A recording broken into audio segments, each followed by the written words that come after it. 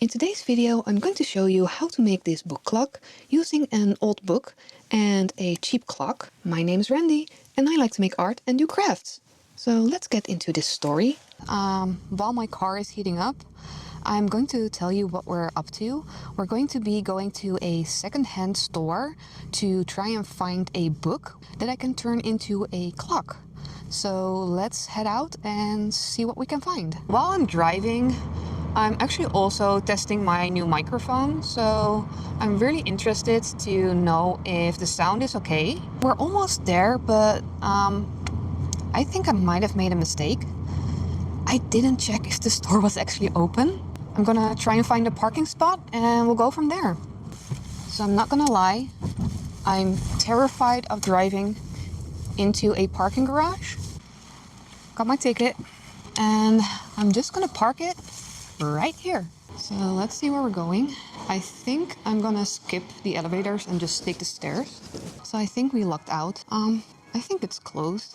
So I was a bit worried this would happen, that the store would be closed down. I guess we have to find another way to get secondhand store books. So look at this, there's an Andy Warhol exhibition going on. I wish I had time to go see it, but yeah, that's cool.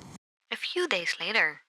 Here is take two and hopefully finding the right address where the store is actually located right now. I think we found it. So I've been walking through the store and there are quite a lot of books, but again there are a lot of soft covers, and when they have a dust cover on them, they mostly either have just a couple words on them or are completely blank. I did find some here. These are with the literature and romance. I really do enjoy this one. And they have that one as well, but I really like the Oliver Twist. They do actually have some English books, but as you can see, these are the only foreign language books they have. And all of these, I'll show you, have the blank covers. So that's not gonna work. I did have permission to actually film here as well. So this one also caught my eye. It has an amazing cover, but the inside is so nice with hand painted illustrations. So I'm not gonna use that for art. That needs to be in someone's collection. So let's do some dumpster diving. There are quite a couple of books in here. I think there's even an English dictionary. I don't think I'm gonna find in here what I'm looking for, but I'll have a look. I got the goods. So let me show you what I got. So first of all, I got these cute little clocks. This was the first one that I thought would be a good candidate. It's quite an old one and I really like the center. It already looks kind of like a clock. And then of course I needed to get the Oliver Twist. And then I've got one more. So the inside of the book, the pages are just normal, but the side is red. And if you want to see what I make with this one, you have to stick around because that's going to be a second video. I'm probably going to use this one and I'm going to explain to you why. Hold on. Don't mind the mess. I've got a lot of books, but it doesn't really match the vibe I'm going for. There's my cute little doggy. But I think this is going to look better standing there. So I think I'm gonna work with this one. Let's get crafting. So the reason I bought these cute little clocks is because I'm going to use the mechanism. I just found that going to the store and just buying one of these is so much faster and cheaper than ordering just the mechanism. So let me try and figure out how this one is attached and I'll show you. So I figured out that it's attached with these little screws. So that's now loose. Only thing is we need to get that part out. It's held on with these clips. Just need to get in between. There you go. So now I'm going to carefully pull this up. And that's it. Now I've got my mechanism and it's ready to be installed in the book. I want this to be just the dead center of the page. I think that's going to look good enough. I've got these wood drills, the 5 and the 6 millimeter. And I just look at this part and I want it to go all the way down. So the black part goes inside as well because you don't have a lot of space. So it needs to go all the way through. And I think this one, I think it's too small. So I'm probably going to use the bigger one. I think that's going to fit a lot better. I'm just going to put it in my IKEA drill. And the reason I'm using a wood drill is because of this little point. It makes it easier to get the hole in the right spot. Let's just measure this out. So it's 15, 23 and a half, So that's 11 and a bit. I want it to be a little bit lower, I think. Probably 12. That looks centered between these two. So let's see. Right about there. The little dot, probably cannot see it. And I'm just going to put the little point of my drill in here. And I'm just going to slowly go and try and make a hole. There you go. So I know it looks absolutely horrible, but I'm just going to clean it up using my knife. And then there are actually two options. You can either just stick the mechanism through and use some double-sided sticky tape and glue it to the inside of the cover.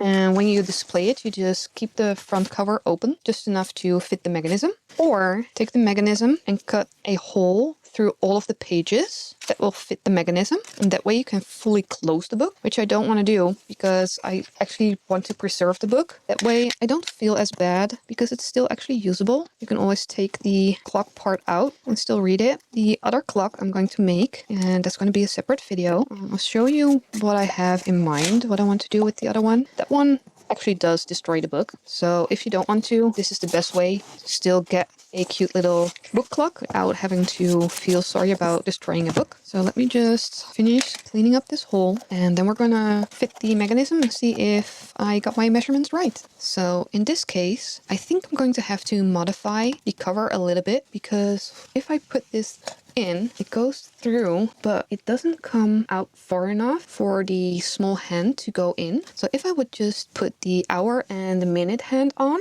it should fit. But if I want to do the seconds, I will have to modify it because it doesn't go through far enough. And I think it looks best with it. So I think I want all three to be on there. So in order to make that work, I'm actually going to mark this off on the back side, just using a pencil like so. So I just used my knife to cut out the size, and I'm just going to put it underneath one of the layers and pull. I'm just going to cut a little bit deeper. Let's see if we can remove another layer. It's getting there. Still needs to go a little bit deeper. So I'm just going to continue peeling, and I'll show you what it ends up like. So I got it to fit, and I don't know if you can see it, but there's a little bit of space in between the book and the hand. So I took out that much, and as you can see, it's not bendy at all. These old books are so sturdy. That's why they are perfect for this technique. Again, this doesn't really harm the book. I can still read it. It has all the pages. But I am going to put a little bit of paint on here before I secure my clock on the inside.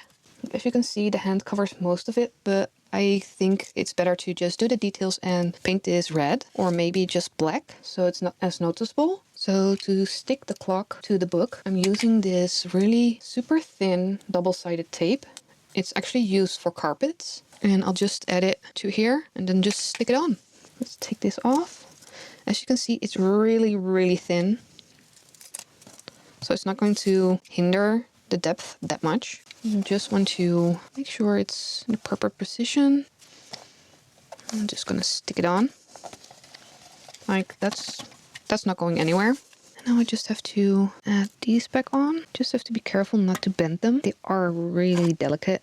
Can you see? It's like a cake with different tiers. So this one, when it goes on, it sits on the second tier.